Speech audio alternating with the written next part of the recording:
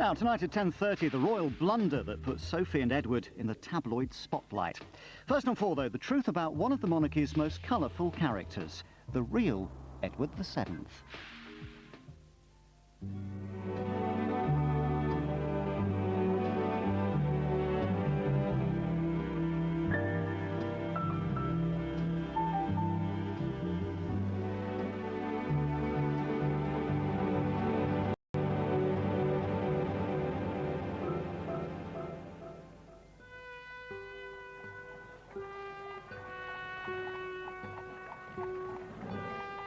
At the funeral of Queen Victoria in 1901, her eldest son, now King Edward VII, saluted the crowd from a splendid black horse. This was what he'd been waiting for all his life, and what his mother had always dreaded. He was unfit to be king as far as she was concerned. He could not succeed. Edward had been king in waiting for almost 60 years. Denied a real job, he had sought rewards elsewhere. He simply lived for pleasure. It was a great aphrodisiac when you're a member of a royal family. And he certainly was a man who took advantage of whatever was going. Once king, he turned himself into a figurehead surrounded by pomp and circumstance. He was a very, very visible king. He loved ceremonials, and he was tremendously good at it. He was, in the words of the song, doing what comes naturally. But the prince who scandalized Victorian society and became a king who indulged his passion for royal pageantry turned out to be the role model for modern monarchs. The future King Edward VII was born in 1841. This family portrait, painted when he was 5, hints at what would become the central conflict of Edward's life, his relationship with his parents. The Queen and Prince Albert looking regal, the Prince with an admonishing finger towards his heir apparent. Victoria looking out to the world, not looking at her family at all, in regal serenity. Edward carried an extraordinary burden of expectation. Victoria announced the birth of her son and heir to a relation by saying, "He is to be called Albert, and Edward is to be his second name. You will understand how fervent my prayers are to see him resemble his angelic, dearest father in every..." She and Albert certainly had a very passionate marriage. That in some way explains her relationship perhaps with her children. Sometimes the children of lovers are orphans. That's what happened to the royal children. They were somewhat excluded from the bond between their parents. Edward's isolation was increased by his parents' other mutual passion, the family business. These twin desks pushed close together like that symbolise absolutely the royal firm, the king and queen as a partnership, as a ruling partnership. Victoria's desk with her pictures on it, with all her writing implements, the knobs to call the servants. Albert's desk with his blotter, his inkstand. And they pushed their desks together and would work side by side on papers of state, on royal dispatches. For Victoria, hard work offered protection from her dark side, which she feared she had inherited from her wicked uncles. That's what she called her predecessors, the Hanoverians. Victoria believed her uncle's excesses had almost ruined the monarchy's prestige. With Albert's help, she set out to repair that damage. Central to the plan was Albert Edward, known as Bertie.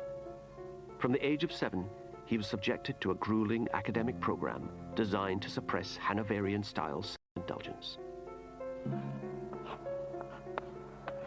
The study regime that Albert prepared for his son began at about 6 hours a day of tutorial study. Gradually it was extended to about 8 hours a day.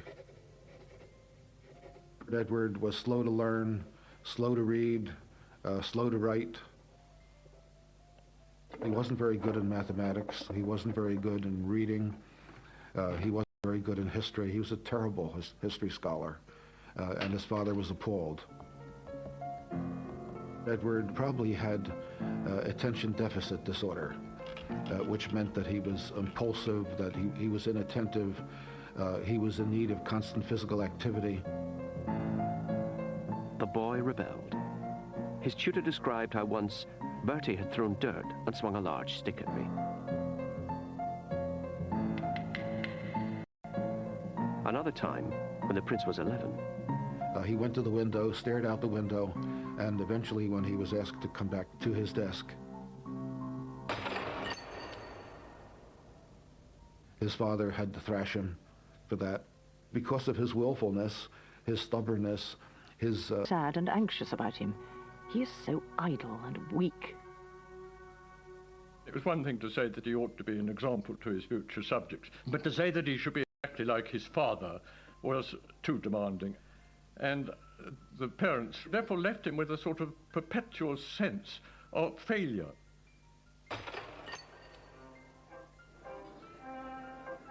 A rare break from this misery came in 1855. The 14-year-old Prince of Wales went with his parents on a state visit to the court of the Emperor and Empress of France. Now, they were exactly the kind of people that suited the temperament of the young Prince of Wales. It was unlike his own parents. They lived for pleasure, they loved clothes, they loved excitement, they loved balls, they loved dances. This simply set his pulses racing. And he was clearly gobsmacked, to use a modern phrase, by the sort of wonderful vivacity and lack of pomp and circumstance, and of course all these gorgeous women. There they all were in their ball gowns, you know, bowing to him, and to a 14-year-old boy, what more do you want? The imperial couple made a tremendous fuss of the teenager. Edward's response revealed the depths of his unhappiness. When they were about to leave, Edward told Napoleon, "You have a very nice country. I wish you were my father." And he wanted to stay in France. And the emperor said, "Oh, you can't stay here. They need you back home." Home, for much of Edward's childhood, was Osborne House on the Isle of Wight. It was meant to be a holiday home, but there was no let-up in the character-building regime. At Osborne, the playground was an allotment. The idea of Victoria and Albert for the children with these gardens was to make them productive, was to make them work hard and systematically. It was a regulated childhood, and they grew vegetables, and vegetables were checked, and if they were of sufficiently high quality, they were actually sold to the house. So in a sense, make them part of the domestic economy and make them very responsible citizens from a very early age. His high-minded parents despaired of the teenage Edward. Looking ahead, Victoria fretted about what would happen when the young prince was old enough to do as he wanted. Bertie continues such an anxiety.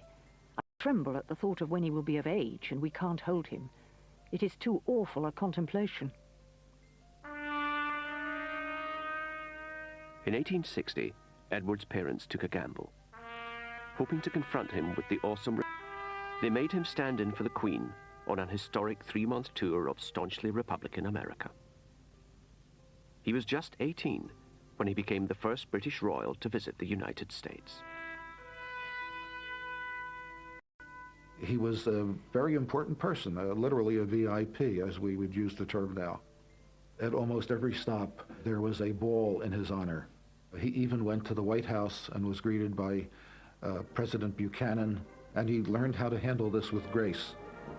Edward lapped up the applause, on one occasion exclaiming in delight, "This for me, all for me." Nourished by the warm reception, a new Edward blossomed. His geniality shone through, and people talked about him constantly as the genial prince. The trip was a tremendous success. It was a success for British foreign policy. It was a triumph. Edward had learned that for a royal, smiling and being charming were just as useful as desk work, the last thing his parents wanted him to discover. Letters were written home by the minister who was with him and that sort of thing, saying what a splendid success he'd been. And Prince Albert simply refused to believe it. And he wrote him a rather disagreeable letter, saying that he mustn't allow his success to go to his head. The American tour was a great success. I mean, he was an absolute celebrity. All his best side was shown. I mean, his sociability, his diplomacy, all that came out. He really made a great success of it. He was a very young man when he went.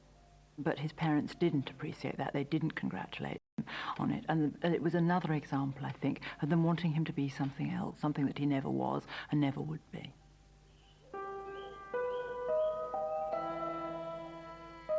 On his return, Edward was told to reapply himself to the doomed attempt to be like his father. He was now to become an intellectual. In 1861, he went up to Cambridge University. But unlike other students, he didn't take lessons in college. Instead, he was installed here at Madingley Hall and closely watched by hand-picked guardians.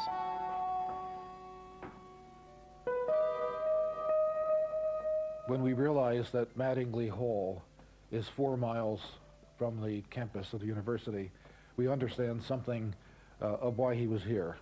The royal family did not want him with undergraduates.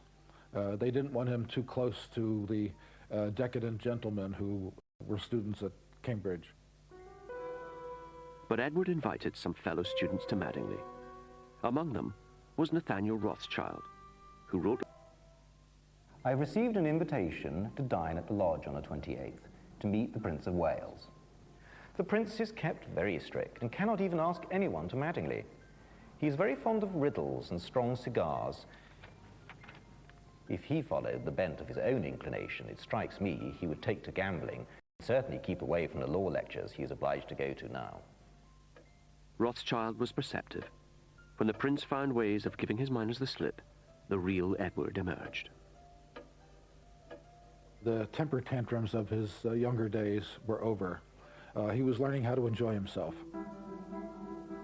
With his friends, he spent most of his time at play. They went out hunting, they went to the races, they played cards late into the night.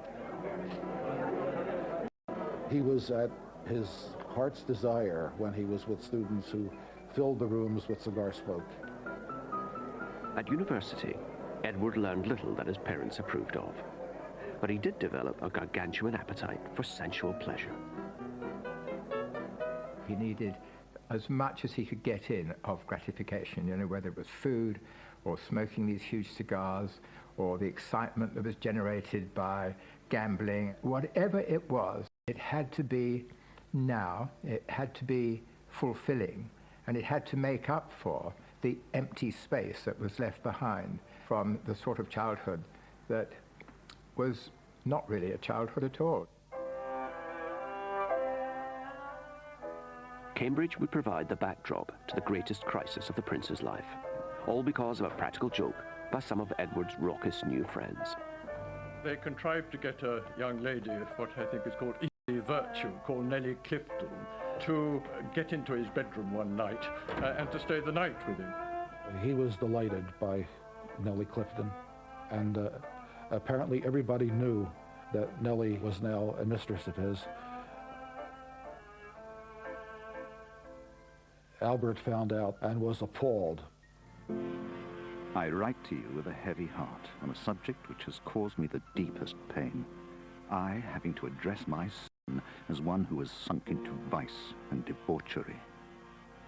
Victoria, don't forget, and of course her husband Albert too, were very anxious about her mad, dissolute uncles. Anything that suggested a sort of throwback to their dissolute ways appalled them. Edward, after all, was the heir to the throne, and he had to live a life which was exemplary, as a sort of a monarch to be respected, not a monarch of license and carnival. Both parents overreacted, deeply concerned, and decided that he must pay a visit to the Prince of Wales at Cambridge. Albert was in no condition to make this journey. Albert at this point was a sick man. He was very likely dying of cancer. We know from the symptoms that he expressed in his diaries and in his letters that He knew that he had something inoperable and that he didn't have long to live. Not wishing to be overheard, Albert took Edward on a long walk to lecture him about what he called the evil deed.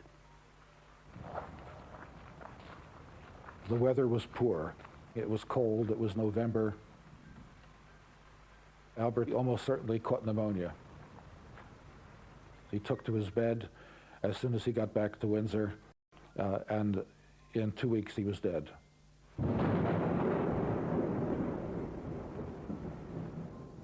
On the 23rd of December, 1861, Prince Albert was buried in the chapel at Windsor. Victoria was absolutely distraught with grief. She really felt that her life was over. She'd seen the monarchy very much by that time as a partnership. She'd not only lost an emotional partner, her helpmeet, but she'd almost so lost her sort of business partner, a working partner. And at that time, she didn't seem to take very much comfort in her children. The regretful prince wrote to a Cambridge friend about his late father, admitting, "I fear I have often given him pain by my conduct." By the time he wrote this letter, Edward had already dropped out of university. He knew that the most happy time of his life was over, that he would never be able to retrieve those years. He would have liked to have stayed longer, but he now felt that he had to take his father's place, to be the leading male member of the royal family. But Edward was in for a shock. The Queen attributed Albert's death, totally irrationally and unjustly, to the Prince of Wales. And she wrote a letter to her daughter Vicky after Prince Albert had died at the end of 1861. And she said in this letter, it was Bertie's fall, that's what she referred to the incident with Nellie Clifton as, Bertie's fall killed his father. And then she said, it's rather awful, that... Oh, that boy. I never can or shall look at him without a shudder. You've killed your father. A dreadful thing to tell a child, isn't it? And he carried the burden of patricide for the rest of his life.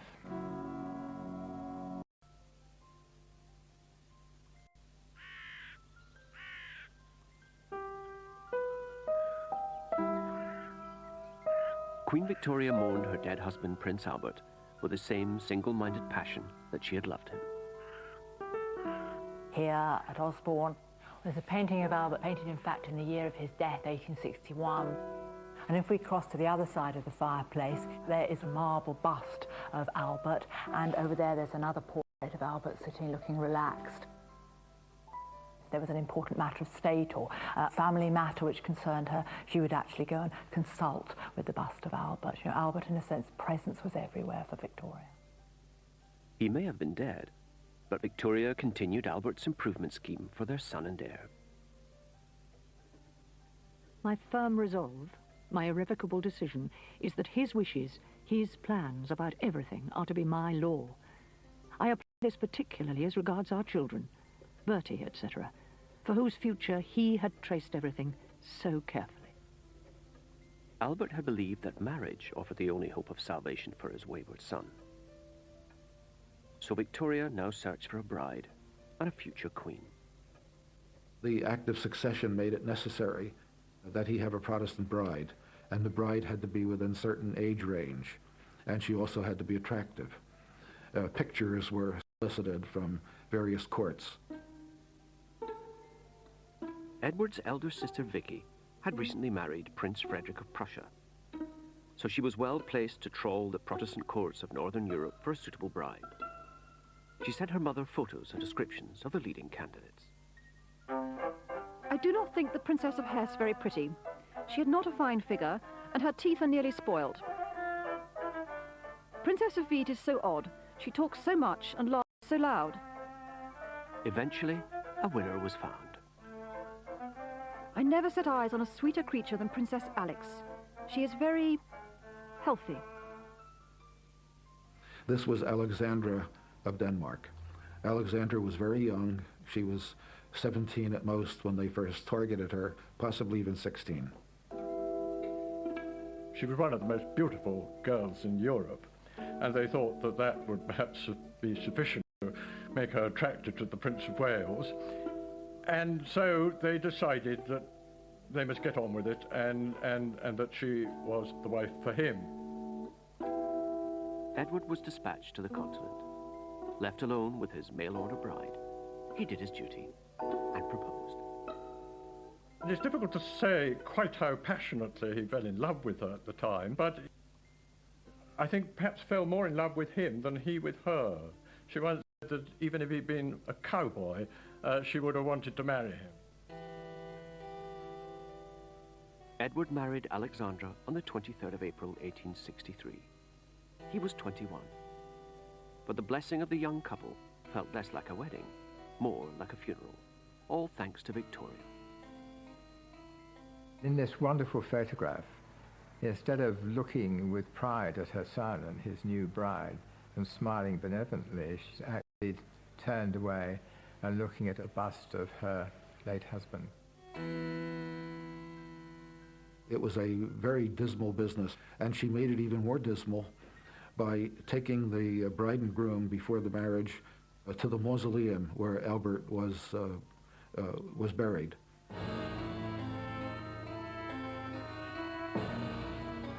She's saying, this is the father that would have been there to bless you, and this is the father that is always there. This is the father to whom you have to live up. It is a most poignant picture.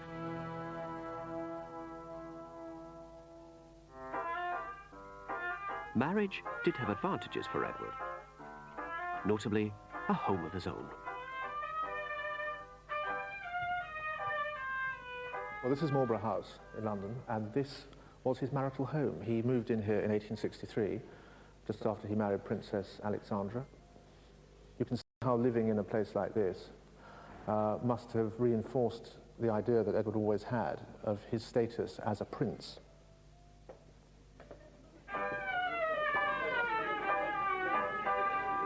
Independence liberated Edward's natural instincts, which his parents had tried so hard to suppress. He and Alexandra held parties every night, and few would refuse an invitation from the Prince of Wales. Soon, Edward and his smart friends were known as the Marlborough House set.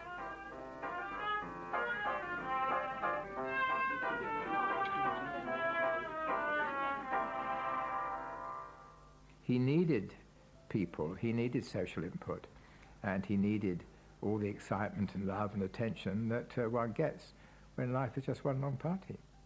Victoria was not amused. She felt that Alexandra was not very clever and had not acted as the sobering influence which she had hoped for. I fear Bertie and Alex will be nothing but two puppets running about for show all day and night. It is regretted by everyone. The marriage worked for a time because Alexandra was liberated just as the prince was liberated by the marriage, but it ended. Years of marriage, Alexandra bore 2 children. Then during her 3rd pregnancy, she fell seriously ill.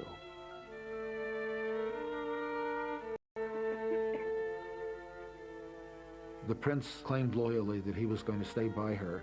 He moved a desk into her bedroom so that he could write letters and conduct domestic business, literally from her bedroom. But then her mother came from Denmark to help take care of her, and he was liberated from having to be a loyal husband. That was the end of it. After that, the marriage went steadily downhill. Although he had tried hard to behave like his noble father, Edward was no Prince Albert. He took a long time to grow up. He probably, in retrospect, married too young. He was only 21 when he got married. Never really had time to sow any wild oats. And I think probably he wasn't a very likable young man and not a very intelligent young man, and probably rather boorish and self-centered and arrogant.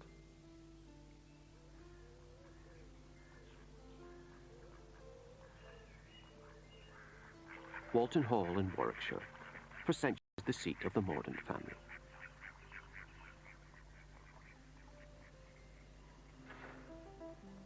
A member of that family, Elizabeth Lady Hamilton, has written a history of a real-life Victorian melodrama that took place here.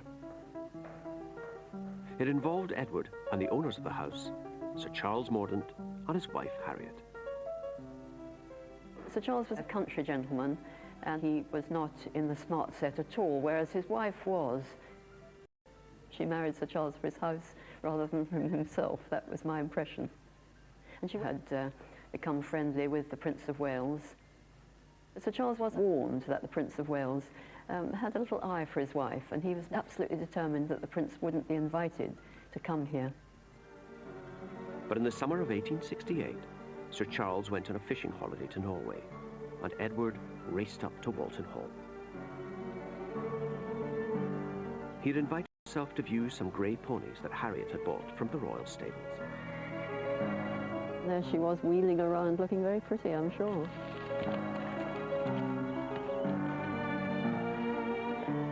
Sir Charles wasn't expected back for days.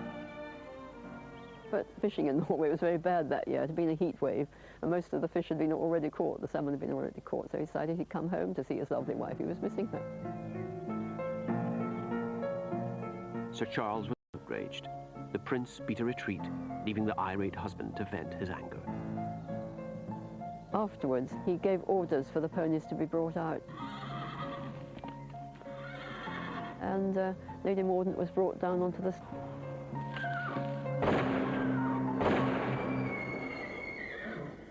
And then the following year, Lady Mordaunt gave birth to a baby here at Walton Hall. Then she became very agitated, and Sir Charles kept asking her what was the matter, what's wrong. And eventually she told him very foolishly. She said that she thought that the child was not his, and that one of several men could have been the father. And among those she mentioned was the Prince of Wales himself.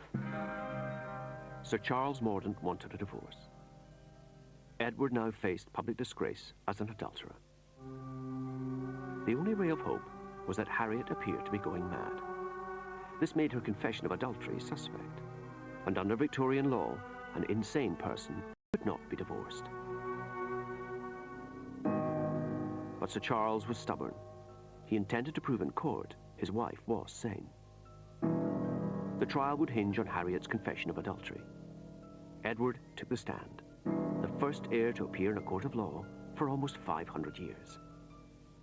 He came into the witness box and was asked flatly whether he had or had not committed an act of impropriety with Lady Mordaunt, to which he replied, no, he did not, had not. The court then heard from Dr. William Gull, Edward's personal physician, who said that in his expert opinion, Harriet was insane. On the testimony of a prince and the diagnosis of an eminent doctor, Harriet was declared mentally unfit. She spent the rest of her life in an asylum, her claims of adultery dismissed as fantasy. Edward had got away with it.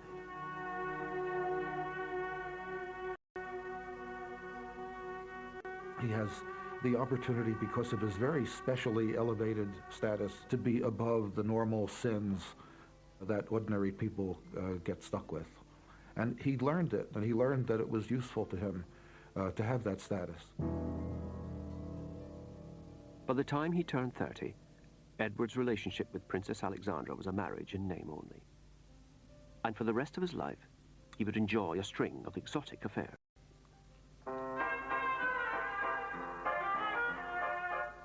There was Lily Langtry, a model turned actress. Cora Pearl, a famous courtesan. Lady Daisy Brooke, whom he called my darling Daisy wife.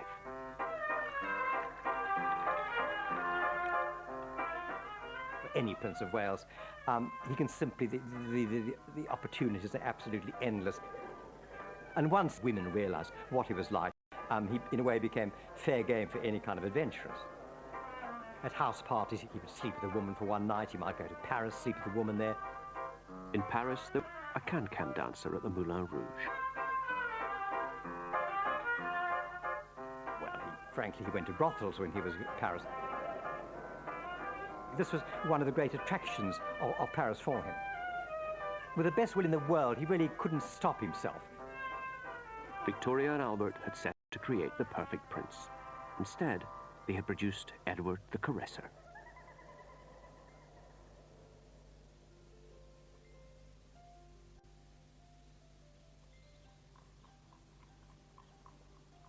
By the time he turned 30, the future King Edward VII had few illusions about what being Prince of Wales meant. Wealth, status, and unemployment. He wrote to his mother saying, "I should be very glad to have an opportunity to discuss the subject of some useful employment as your eldest son, and which I am as anxious as ever to obtain. Queen Victoria was a busy monarch. She worked her way through the red boxes which contained government papers, commenting and interfering. Her late husband, Prince Albert, had helped with her workload, and even had his own key to the boxes. When Edward asked for one, Victoria replied, "You could not well have a government key, which only ministers and those immediately connected with them or with me have." The prince was impulsive, and his impulsiveness led him into indiscretion, and she realized that to give him any access to information was wrong, because he could not contain it. She wanted to keep in full control, and so she was very, very reluctant to let him see government dispatches or any Foreign Office documents or anything like that. In many ways, she fueled the fire of Edward's rather unemployed youth style of life, because he wasn't seen to have a role in it. It must have been very frustrating and somewhat humiliating.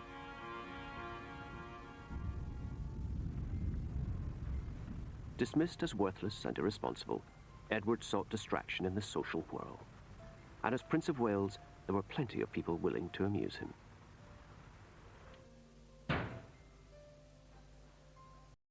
Christopher Sykes is a descendant of a leading member of Edward's Marlborough House set. It's rather lucky that great-great-uncle Christopher left us this fantastic legacy in the form of these wonderful photograph albums, which really chart his social life. There is Christopher Sykes. Oh, he's enormously tall.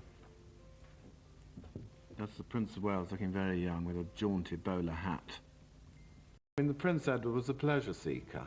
His social life, it was sort of an endless round. At Goodwood House here, this would have been for the races. This is a shooting party at Eastwell, Wadston, the Rothschilds' house. Lord Londonderry's house, famous for its enormous shoot. Prince Edward would like to shoot thousands of birds. Christopher became known for being one of the great hosts. You know, knew exactly how to please the prince. You know, each party would be more and more lavish. As well as exploiting their hospitality, Edward found that he could vent his frustrations on his hangers-on. At some dinner party at Marlborough House, the prince poured a glass of brandy over Christopher, and Christopher just sat there with the brandy trickling down his face, and then sort of very slowly turned to the prince and just bowed his head and said, "As your Royal Highness pleases." Now that caused absolute sort of uproar amongst all the other guests. I thought it was the funniest thing they'd ever heard. And from that moment onwards, there was sort of no holds barred as far as teasing Christopher was concerned. You know, they used to sort of put him under the dining room table and spear him with billiard cues. And they put live animals in his bed.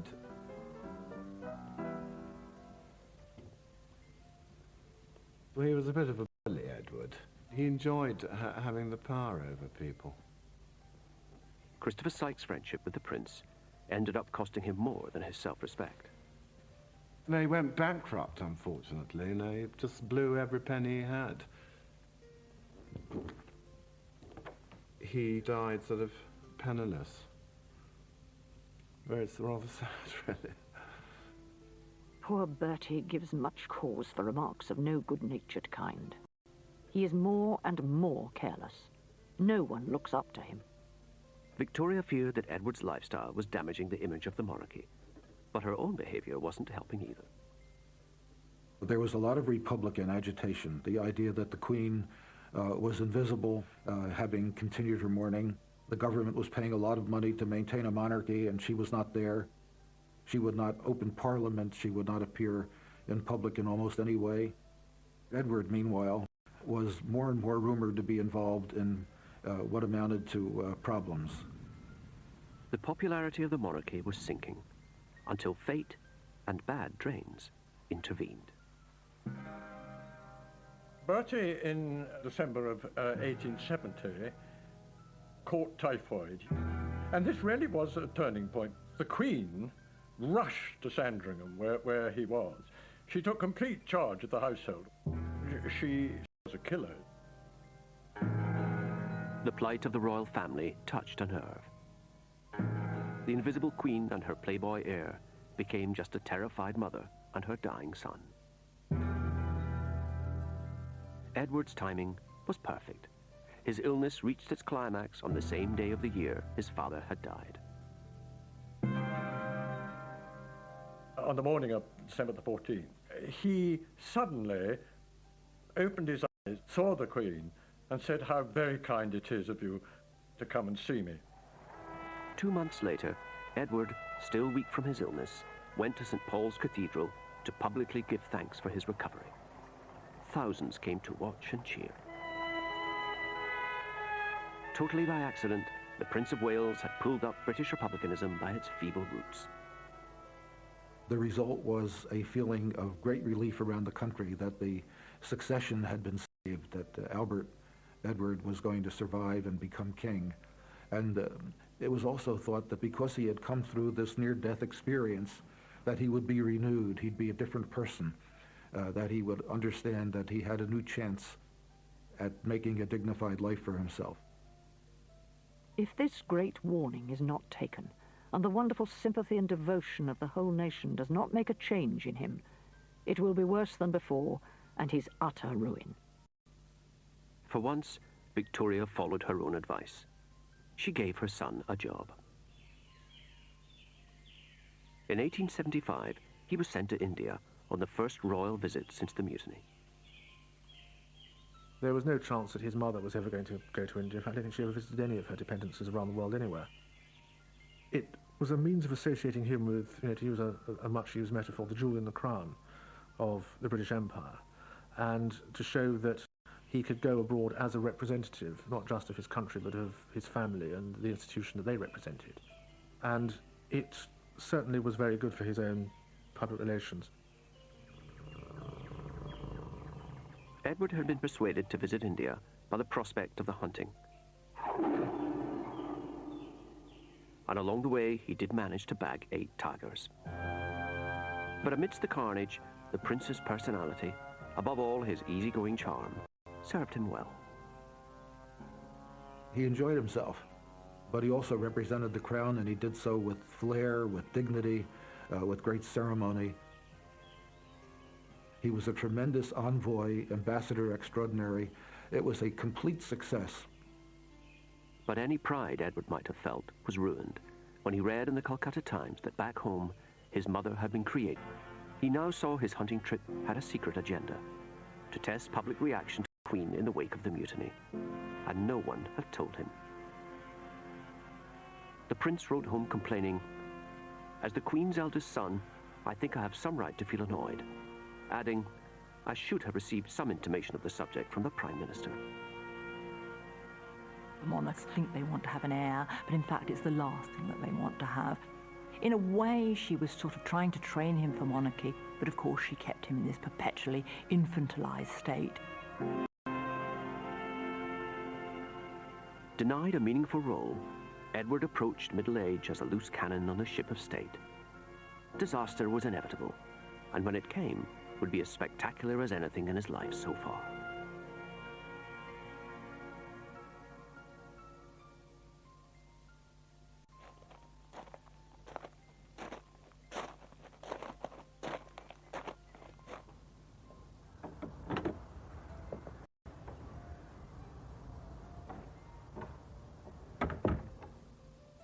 This is Tranby Croft. It was, I suppose, the stately home of a family called Wilson, who made a lot of money in shipbuilding. The disparaging term, I suppose, was nouveau riche. And Mrs. Wilson wanted to get into society. And the way to get into society was, indeed, to become a friend of the Prince of Wales. Edward came to stay at Tranby Croft in September 1890, during the Doncaster races. And it was here that his playboy lifestyle reached its climax, triggered by the scandalous behavior of one of Edward's favorite cronies, William Gordon Cumming. This is the room where the famous scandal took place. Having had a lovely day at the races, having had a splendid meal and everything else, the Prince of Wales turned round and said, "And now we will play cards." And the cards he wanted above all else, because he was addicted to it, was this illegal one of baccarat. Baccarat gambling was illegal because this was a game of pure chance.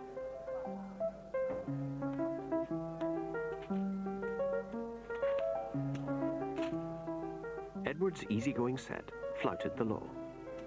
Far more important to them were unwritten rules governing conduct at the card table. And at Tranby Croft, one of these rules was broken. The son of the household, young Mr. Wilson, thought he saw Gordon Cumming cheating, and moving his counters after the stakes had been agreed.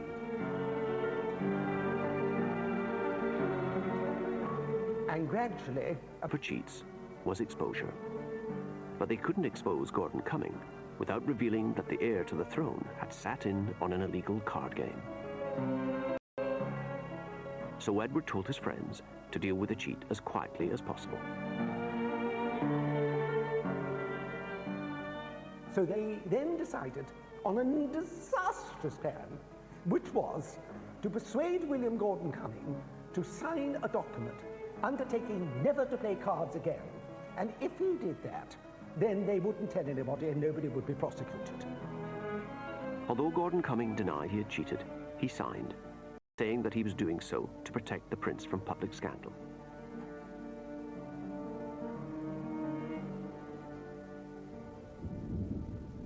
And there the Tranby Croft affair should have ended. If only those in the know could keep their mouths shut. It is believed that the Prince of Wales told one of his friends, a lady called Daisy Brooke. Now, Daisy Brooke's nickname gives her away. She was known as the Babbling Brook. Soon, the whole of London was talking about nothing else. Now the secret was out. Gordon Cumming had to defend his reputation, so he sued his accusers for slander. Although not a defendant, Edward was summoned as a key witness. This was very embarrassing. Age 50, he would be in court again. Queen Victoria was dismayed. It is a fearful humiliation to see the future king of this country dragged, and for the second time, through the dirt in a court of justice. A terrible humiliation. Edward was furious. He felt Gordon Cumming had no right to wash his dirty linen in public, and so risked damaging the reputation of a royal prince. He called the trial unnecessary and abominable. Barrister Peter Clark is a descendant of Gordon Cumming's lawyer and has made a study of the Tranby Croft case. The opening day of the trial, the court would have had a very strange look. Lord Coleridge presiding. This was something that was going to be done in the full glare of the Lord Chief Justice's court in the Strand. The heir to the throne sat next to Lord Coleridge on the bench. Edward would remain on the bench throughout. Here he was well placed to influence proceedings and undermine Gordon Cumming. From the contemporary sketches, he has a rather amused expression on his face as he's sitting on the bench, knowing that he's the centre of the way about what's going on. The jury would be in approximately this position and looking straight across at the Prince of Wales as they heard every bit of evidence. The jurors would have been surprised and in awe of the heir to the throne being within feet of them. When he was asked his opinion, Edward didn't hesitate. The juror stood up and asked the Prince of Wales, "What was your Royal Highness's opinion at the time as to the charges made against Sir William Gordon Cumming?" And the Prince of Wales turned to his side to face the juror. The charges appeared to be so unanimous that it was the proper course. No other course was open to me than to believe them. The case was now effectively closed. The jury's verdict went against Gordon Cumming. Plainly, their verdict had been affected by the Prince of Wales's evidence. Gordon Cumming faced social death. Edward's dignity had been wounded, but not fatally. The whole Tranby scandal affected him tremendously, because again, here he was in court, and to the world revealed the fact that there he was gambling for money. It seemed to underline what his mother had all along been saying, that he was feckless, that he lived for pleasure, that he was indiscreet. And it was sobering, and coming late in life, when he really, people thought he should have been too old to be leading that kind of life anymore, it did have a certain effect on him, definitely. After Tranby Croft, Edward finally graduated from adolescence into adulthood, just in the nick of time. By the 1890s, he's 50. He is aware that his mother, being in her 70s, can't go on forever. And I think what we see changing in him is the knowledge that he could any day wake up and find that he is king, which is perhaps something he hadn't felt 10 or 15 years earlier. And I think to an extent he kept slightly more careful company after that. A sign of Edward's maturity was his new mistress, a society lady, Alice Keppel. Like her direct descendant, Camilla Parker Bowles, Alice would become the long-term companion of the Prince of Wales. She was, like all his mistresses, very beautiful woman, a very well-dressed woman, the kind of voluptuous sort of woman that he liked. The relationship is different from the early women. She was nobody's fool, Alice Keppel, and she knew how to handle him. She knew how to handle his very, very short temper. As he got older, so he became more short-tempered, more gruff, and she served as a kind of liaison between him and... Alice's astuteness was essential to the older Edward, because he had finally become a player on the political stage. His mother still kept him in the dark, so he had sought illumination from other sources. Marlborough House was the pinnacle of British society in the late 19th century. Anybody who got an invitation to come to dinner here had arrived. And whenever his smart friends came here, they would be talking about politics, because that's what they did for a living. This is where he would ply them with a drink, take them to dinner, and find out what was going on in the world. And where he would acquire what he thought was the level of knowledge and understanding of current affairs that someone in his position ought to have. It became a sort of fetish for him. It became a way of getting his own back on his mother. If you're going to stop me doing this officially, I'm going to do it unofficially. And because of my popularity in society and my magnetism over these people, they will come to me and they will tell me these things, whether you like it or not. Edward's informal intelligence network spread far and wide throughout Europe, which he frequently visited. The Europe that he grew up in, as Prince of Wales, was run by about 400 or 500 families. They were the chancellors, they were the foreign ministers, they were the ambassadors, they were the generals, they were the chiefs of staff, they were even the archbishops in all these continental countries. And if you were at the top of that pyramid, you'd function not through papers and archives, but through this unique nexus of links which he had as the leader of European society. Edward became known as the Uncle of Europe, and a frequent topic of conversation at his dinner table was the aggressive behavior of one of his nephews, the German Emperor Kaiser Wilhelm. The Kaiser was always banging on about being an emperor. There was all this bombast, always this show of total unpredictability. He did perfectly calm and peaceful for a month or two at a time, and then suddenly something would get hold of him, and he'd make some great undramatic, bombastic, arrogant speech, which would set the whole of Europe tittering. They'd say, "Good God, what's Germany going to do now?" Although 18 years his junior, the Kaiser had what his uncle didn't have: power. He dismissed Edward as that vain old peacock, and Edward's dislike of his nephew was no secret. To describe that relationship briefly, one could only say that it was bad on both sides. It involved imperial rivalry, it involved naval rivalry. The Kaiser built an enormous navy, which only could really be directed against us, or at least so Edward thought. For Edward, German power, his other major anxiety, was his mother's seclusion. These 20 seconds of film offer an exclusive glimpse of the Widow of Windsor. To the general public, the Queen remained simply invisible.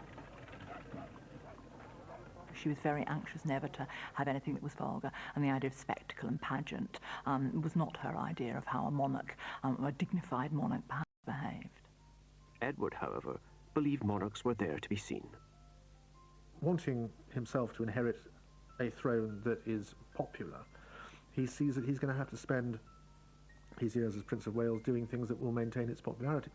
So if it means he has to go and open a few hospitals or cut a few ribbons at exhibitions, he'll do it, because, again, he's very conscious of the good public relations of having that role. And it's because of the attitude his father and mother had taken towards him as a very young man. He always has this notion that there's something to prove. And one way that he can improve his own self-esteem is to be out in public and to be performing functions, however straightforward, trivial or ceremonial, but to do them well and to be popular. By the 1890s, Edward was making almost 50 major public appearances a year. He lent his support to thousands of hospitals and charities. While Edward added royal glamour to good works, in return some much-needed civic virtue rubbed off on him. Even his mother noticed how popular this made him. Edward was instrumental in persuading her that, after all, she needed to get the goodwill of the people, to become more of as it were, of a people's monarch, to reinterpret the role of a monarch a bit more broadly and be prepared to be seen. Edward persuaded his mother to celebrate the major anniversaries of her coronation, the Jubilees of 1887 and 1897.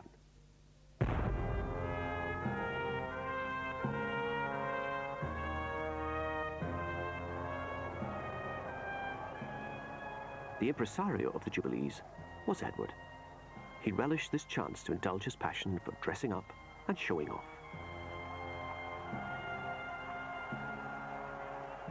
What both the Jubilees mean to him is that because he has now for 25 years been, as it were, the centre of social life in this country, then naturally he plays a very full part in those Jubilees. It's a showcase for Britain, it's a showcase for the Queen, it's also a bit of a showcase for him. The cheering crowds believed they were celebrating the climax of the Victorian era. In reality, they were enjoying a preview of the Edwardian age to come.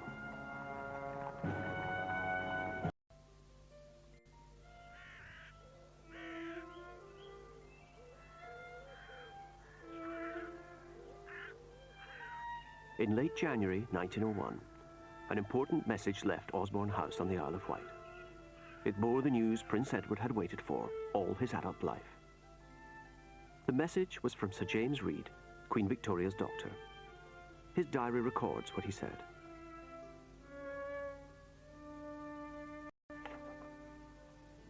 The 19th of January.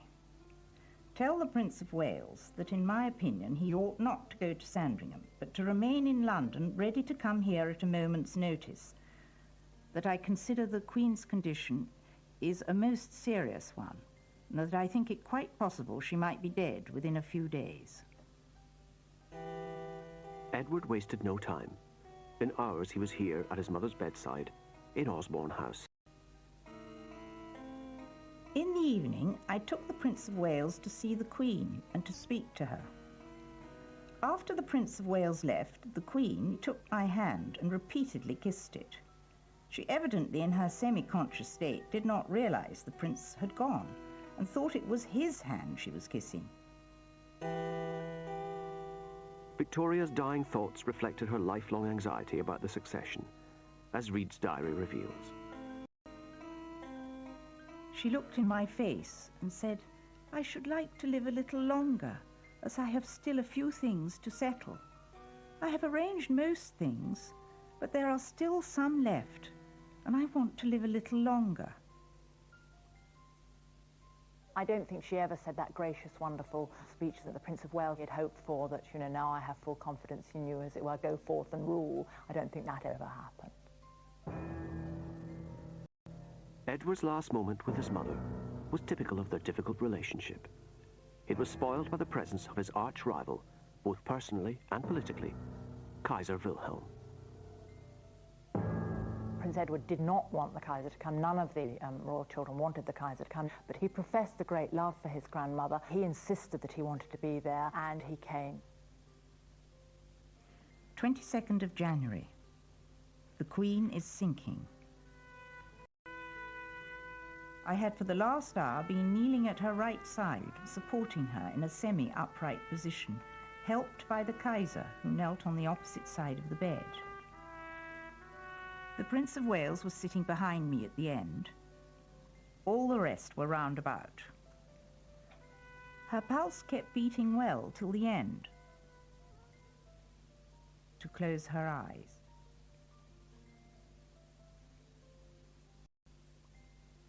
It was a relief in many ways to rid himself of that oppressive burden that was his relationship with his mother, and to take on another burden, that of the crown. That was something I think he found probably easier to cope with. Edward left the Isle of Wight as soon as possible, and one of his first acts as king was to donate Osborne, his hated childhood home, to the nation. When Edward was going back to the mainland, he noticed one of the boats was flying the royal standard at half-mast, and he asked why this was, and they said, of course, the Queen was dead. And he said, but the King lives. That bespeaks a certain confidence and a certain moving forward. The moment his mother had died, he was king. And of course, he implemented changes at court very, very quickly. King Edward VII couldn't get aboard the state coach fast enough. Less than a month after his mother's death, he opened Parliament with a blast of pomp and ceremony. He would read the King's speech from his throne, dressed in full regalia, which hadn't been done for 50 years. The revival of ritual suited the status of a 20th century king. When the monarchy lost more and more of its real authority, the only way to change the monarchy in some substantive fashion so that it had a reason to exist was to make it more of a symbolic monarchy, and to make that symbolic monarchy apparent in the eyes of the people. When not surrounded by ancient ceremony, Edward looked equally at home in the modern world.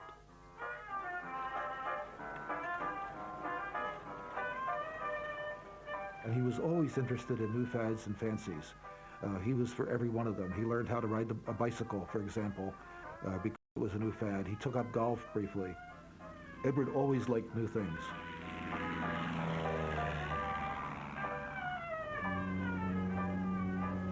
He embraced a lot of modern inventions, things like the motor car. He lost no time getting a motor car. He loved telephones. He loved electric lights. He didn't in any way live in the past. He welcomed anything that was modern and up to date, and was, in a way, a kind of forward-looking king.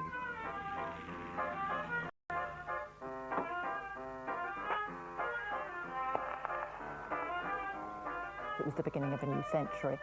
Edward was determined it was going to be a new form of monarchy, very much the end of the Victorian era and the beginning of an Edwardian one, that long Edwardian summer, which ended, of course, in the First World War. But he played a central role in forging the alliances which would fight it. He sees the role of the monarch in a not entirely logical way. While I think he would recognise that he had to act on the advice of the Prime Minister, there are certain areas in which he is passionately interested. I'm thinking particularly of foreign affairs, where if he has a view, he will make that view known, and he would expect his view to be taken seriously. And it was a difficult time for everybody as a result.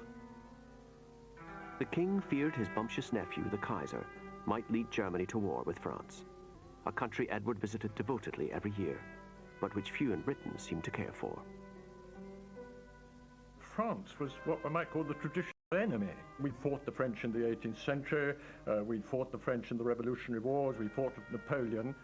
There was a long, long tradition of enmity. The Prime Minister, Arthur Balfour's solution was to sit on the fence and let these two titans slug it out, a policy called splendid isolation. The king hadn't been sympathetic to splendid isolation. He had this great love of France. He didn't like his nephew, the Kaiser. He saw the French as a natural ally against a ruler that he, and a country and a culture that he regarded as deeply antipathetic. So Edward set out to redraw the political landscape. The uncle of Europe would show Britain and France that they could be allies. For help, he turned to a Portuguese diplomat, the Marquis de Soberao. He was nicknamed the Blue Monkey. He was really the darling of Edwardian society. Everybody knew him, very good looking in a sort of rather tough way, but immense charm. He was the one man with whom Edward, when king, shared all his secrets, including the great one of all. March the 1st, 1903, he gets his friend Sovereign, comes to Buckingham Palace. And the king said to Sovereign, look, I have to make, really it's time, the moment's come, to make a highly important political visit to the French president. But then he goes on to say, nobody here knows a thing about it. I haven't told the Prime Minister, I haven't told the Foreign Secretary, I haven't told my wife. This is between you and I for the time being. Now, you simply drive a coach and horses through the British Constitution by planning a highly important political trip without telling a Prime Minister, a Foreign Minister, or anybody else. Just your chums, the Portuguese, Marquis de Soveral. Soveral arranged for Edward to be invited on an official visit to Portugal. But the Foreign Office, the Prime Minister at the time, had no interest in doing this. And, they may well have been right not to do so because of the dangers of provoking the Germans, who were rearming at this stage and who were already talking about fears of encirclement. It was an incredibly delicate situation. The government was discouraging. It warned of the hostile reception the king could expect in France and urged him to keep his visit low-key and informal. Edward replied that the visit should be as official as possible, and the more honours paid to him, the better.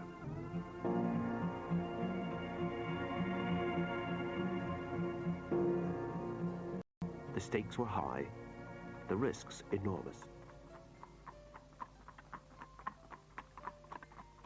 When he entered Paris, there was a medium-sized crowd, but you would hear some anti-British shouts. Edward turned on the charm. This was, after all, his home away from home. He made a visit to the town hall. He gave his little speech saying, thank you for your welcome, and this city, où je trouve toujours comme chez moi, where I always feel at home. And this phrase went round Paris like a streak of fire. Everybody's muttering, good heaven, chez moi, chez moi, chez moi. This is what the king said. This wonderful charm he had, he wooed the crowds and won them over. 48 hours later, when he left, all you heard was Vive le Roi, Vive l'Angleterre. And by the end of the time, they were saying Vive notre roi, as if he were King of France. It had been a gamble, but it had come off. He put in place what he wanted to put in place. It was the understanding with France. Within a year, the Entente Cordiale was signed, a treaty which guaranteed Britain and France wouldn't fight each other. Edward hoped this alliance would contain Germany and so secure peace in Europe.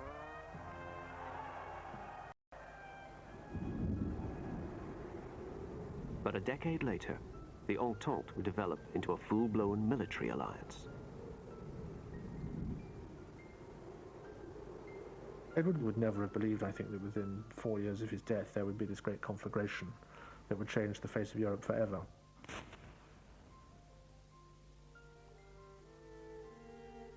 Edward's impact on domestic politics was minimal. By the time he came to the throne, the country was run by politicians. From 1905, the government was liberal and intent on radical social change. He knew that if Parliament were better off trying to do it, and he had a very realistic view of what a monarch could achieve. Luckily, Edward's modest talents and appetite for company, which had so worried his mother, now suited him perfectly for the only role that was left. In his short reign of 9 years, he pioneered the style of a modern monarch, a dignified figurehead, with a popular touch. Edward VII was the most visible monarch that there had been. He was seen everywhere on the racecourses, Henley, cows. He genuinely enjoyed doing it. Almost one of the most important aspects of his life was as a great showman, as dressing well, as being the king, as being somebody really important. somebody very stylish. I think he loved every minute of it. It's all very easy to paint him as a man who was interested in shooting, in sleeping with actresses who were not his wife, and in playing baccarat. And, you know, you can make that caricature of him as a pretty useless, idle man who, for a few years, happened to be King of England at a time when actually it was politicians who were running it. But I think there was much more to him than that.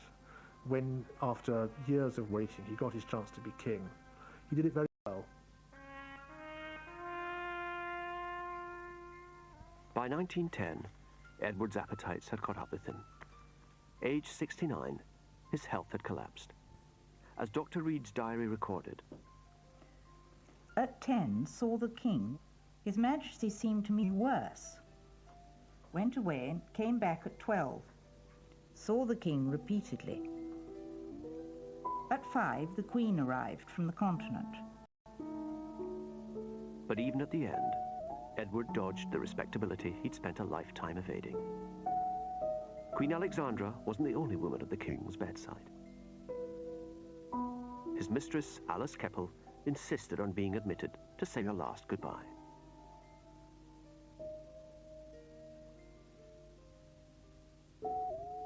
Towards afternoon, he gradually became quite unconscious. At 11:45, he died.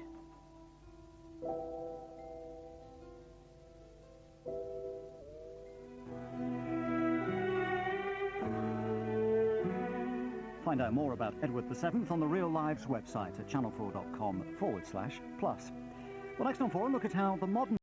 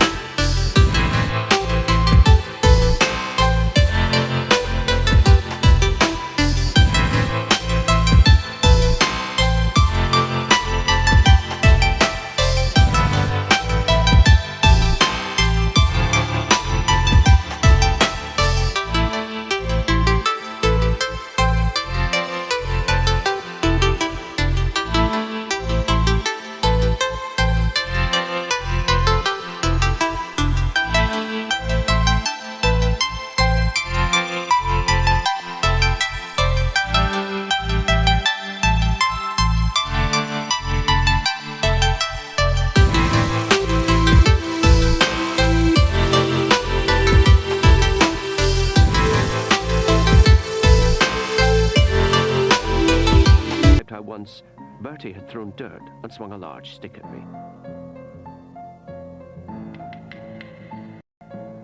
Another time, when the prince was 11, he went to the window, stared out the window, and eventually when he was asked to come back to his desk, his father had to thrash him for that because of his willfulness, his stubbornness, his... Sad and anxious about him. He is so idle and weak. It was one thing to say that he ought to be an example to his future subjects, but to say that he should be exactly like his father was too demanding. And the parents therefore left him with a sort of perpetual sense of failure.